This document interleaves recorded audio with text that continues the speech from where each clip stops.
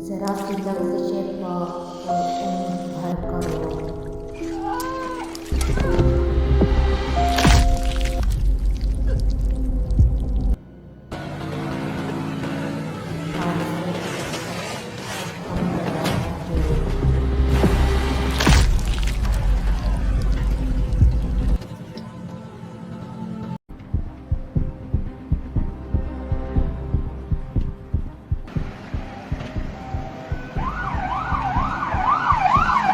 अस्सलाम वालेकुम viewers, this is doctor Tuba Tahira. आज हम जिस मौजू पे बात करेंगे वो है नेक ऑफ फीमर फ्रैक्चर या कूल्हे की हड्डी का टूटना। ऑर्थोपेडिक सर्जरी में कहा जाता है कि a man is born through the pelvis and dies by the pelvis, यानी कि एक इंसान कूल्हे की हड्डी के ज़रिए पैदा होता है और कूल्हे की हड्डी के ज़रिए ही इस दुनिया से चला जाता है। हर उम्र के अफराद में इसकी वजूहात और इलाज मुख्तलिफ़ किस्म का हो सकता है। जैसा कि हमने वीडियो के आगाज़ में देखा है, बड़ी उम्र के अफराद में इसकी वजह वाशरूम में फिसलना हो सकता है, जो बाज़ किसी ब्लड प्रेशर की ऊंच नीच या बिनाई कमज़ोर होने की वजह से या पाँव स्लिप होने की वजह से अक्सर अफराद घर में ही गिर जाते हैं और उनकी हड्डियां पहले ही ऑस्टियोपोरोटिक होती हैं, यानी कि वो पहले ही वीक होती हैं, तो वो सिर्फ घर में गिरने की वजह से ही ये हड्डी टूट जाती है। जबकि यंग पेशेंट्स में ये एक्सीडेंट की वजह से होता है, यानी कि हाई एनर्जी ट्रॉमा, और इसका सबसे कॉमन मैकेनिज़्म तेज़ चलती हुई बाइक के टायर में अबाए या शॉल का फंस जाना है। तीसरी वजह पैथोलॉजिकल फ्रैक्चर हो सकती है जिसमें इस जगह पे पहले से ही रसोली होती है और जवानी की उम्र में भी हल्का सा गिरने से यहाँ पर फ्रैक्चर हो सकता है। इस फ्रैक्चर की कुछ अलामात दर्ज झेल हो सकती हैं। सबसे पहले कूल्हे की हड्डी में दर्द, चलने में मुश्किल होना या वज़न ना डाल पाना, टांग का छोटा महसूस होना या बाहर की तरफ को मुड़ जाना, या कूल्हे के इर्द गिर्द सूजन या नलाहट का हो जाना। सबसे अहम बात यह कि कभी कभी यह फ्रैक्चर बहुत हल्का होता है और मरीज़ पाँव पे वज़न डाल पाता है लेकिन दर्द बरकरार रहता है, तो ऐसी सूरत में एक्सरे ज़रूर करवाएं। ये इतना अहम क्यों है, हम आज इसकी एनाटमी पे बात कर लेते हैं। ये कूल्हे की हड्डी, जिसको हम आम ज़ुबान में ये भी कहते हैं कि जो कूल्हे की हड्डी है उसका गोला टूट गया, उसका मतलब ये है कि इसका एक हिस्सा होता है, जब वो टूट जाता है तो उसको जो खून की गर्दिश है वो बिल्कुल रुक जाती है। उस खून की गर्दिश के रुक जाने से वो हिस्सा मुर्दा हो जाता है। क्योंकि अगर हम कुछ मेडिकल के लोग भी हमारी वीडियोस देख रहे हैं तो उनके लिए मैं एक्सप्लेन कर दूं कि ये दो तरह टाइप्स के फ्रैक्चर होते हैं, इंट्रा कैप्सूलर और एक्स्ट्रा कैप्सूलर। यानी कि जो जोड़ की झिल्ली होती है, कुछ फ्रैक्चर उस झिल्ली के अंदर होते हैं और कुछ फ्रैक्चर की लाइन उस झिल्ली से बाहर होती है। तो जो फ्रैक्चर झिल्ली के अंदर होते हैं वो थोड़े से ज़्यादा ख़तरनाक होते हैं क्योंकि उनके जुड़ने की कैपेसिटी ज़्यादा कम होती है, क्योंकि इस हिस्से पे पेरियोस्टियम नहीं होती। पेरियोस्टियम हड्डी की वो बैरूनी झिल्ली होती है जिससे न्यू हड्डी बनती है। हम फौरी तौर पर क्या इकदाम कर सकते हैं? सबसे पहले तो मरीज़ को हरकत ना दें, दूसरा उनको कोई पेन किलर दे सकते हैं, और तीसरा इनको फौरी तौर पर अस्पताल शिफ्ट करें। इस हड्डी के टूटने में टाइम बहुत अहम होता है।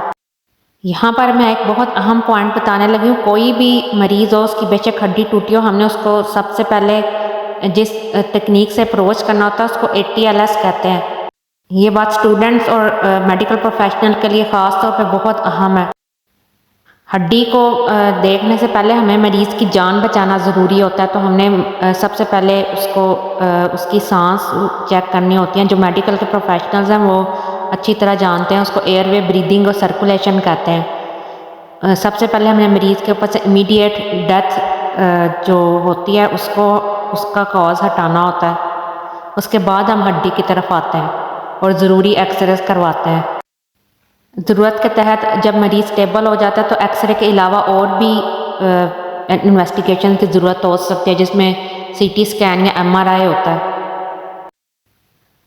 अब हम बात करते हैं कि इसका फाइनल क्या मैनेजमेंट हो सकती है, क्या इलाज हो सकता है।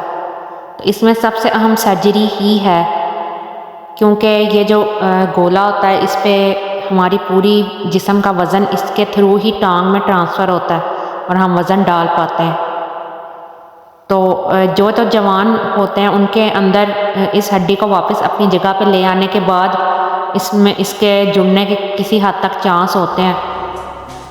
और इसमें टाइम फ्रेम बहुत इम्पॉर्टेंट है। हमने 24 घंटे के अंदर अंदर सर्जरी करनी होती है। तो जो जवान होते हैं उनके अंदर तो इस हड्डी को, गोले को अपनी जगह पे ला के स्क्रू डाल दिए जाते हैं। फिर दूसरे अफराद आते हैं जो कि बड़ी उम्र के हैं, उनका उम्र के हिसाब से पहले ही हड्डियां जो बहुत वीक हो चुकी होती हैं, तो उनमें ये हड्डी टूटने के फ़ौरन बाद खून की सप्लाई रुकने से ये गोला जो होता है वो मुर्दा होने का ख़तरा होता है।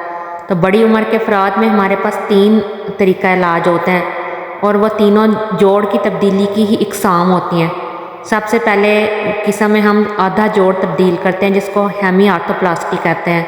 ये हमारे यहाँ सबसे कॉमन है। इसके लिए जो जोड़ यूज़ होता है उसको ऑस्टन मूर प्रोस्थेसिस कहते हैं। ये मेडिकल के भी कुछ स्टूडेंट्स देख रहे होते हैं मेरी वीडियोस, तो ये साथ साथ मैं कुछ मेडिकल की टर्म्स भी यूज़ कर रही होती हूँ, लेकिन मेरी तरह ज़्यादातर ऑडियंस आम लोग हैं तो कोशिश मैं करती हूँ कि ज़्यादा अल्फाज उर्दू में ही रहें। दूसरा जो तरीका होता है उसमें थोड़ा सा जदीद किस्म का आधा जोड़ यूज़ करते हैं। उसमें जो आधा जोड़ होता है उसके ऊपर ही एक और लेयर होती है, यानी कि उसकी हरकत ज़्यादा हिस्सों तक हो सकती है। उसको हम बायपोलर कहते हैं। बायपोलर के जो होता है उसमें जब हम फीबर के अंदर जो उसका स्टेम डालते हैं उसमें सीमट यूज़ करते हैं। ये जो हमारा ऑपरेशन का मकसद होता है ना, इसमें हम ऑपरेशन के बाद मरीज़ तकरीबन 1 हफ्ते के अंदर अंदर सहारे के साथ दोबारा चलना शुरू कर सकता है। फिर हमारे पास आते हैं वो अफराद जिनकी हड्डी पहले से आर्थराइटिस का शिकार होती है, यानी कि उनकी हड्डियाँ या जोड़ पहले से घिस चुके होते हैं। उनके अंदर आधा जोड़ तब्दील करने का कोई फ़ायदा नहीं होता, क्योंकि जो जोड़ का बाकी हिस्सा होता है वो भी भुरभुरा हो चुका होता है।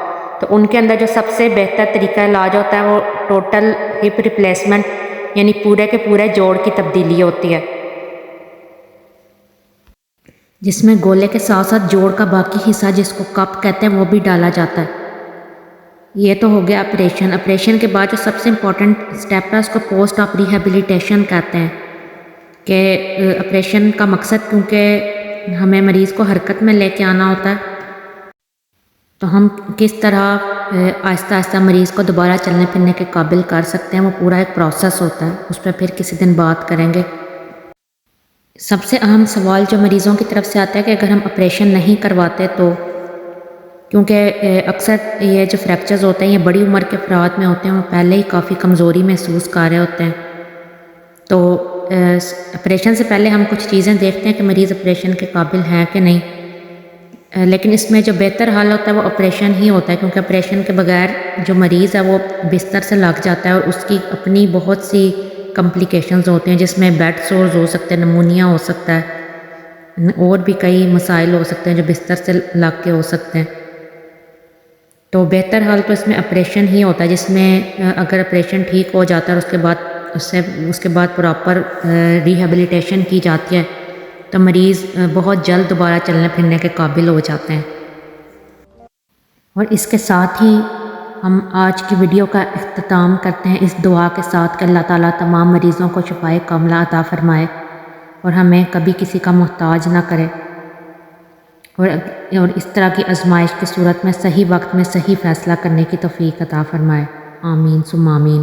अगर आपको ये वीडियो मुफीद लगी है तो इसको ज़रूर शेयर करें, मेरे चैनल को सब्सक्राइब करें, और अगर कोई भी अहम सवाल है तो वो कमेंट कर दें।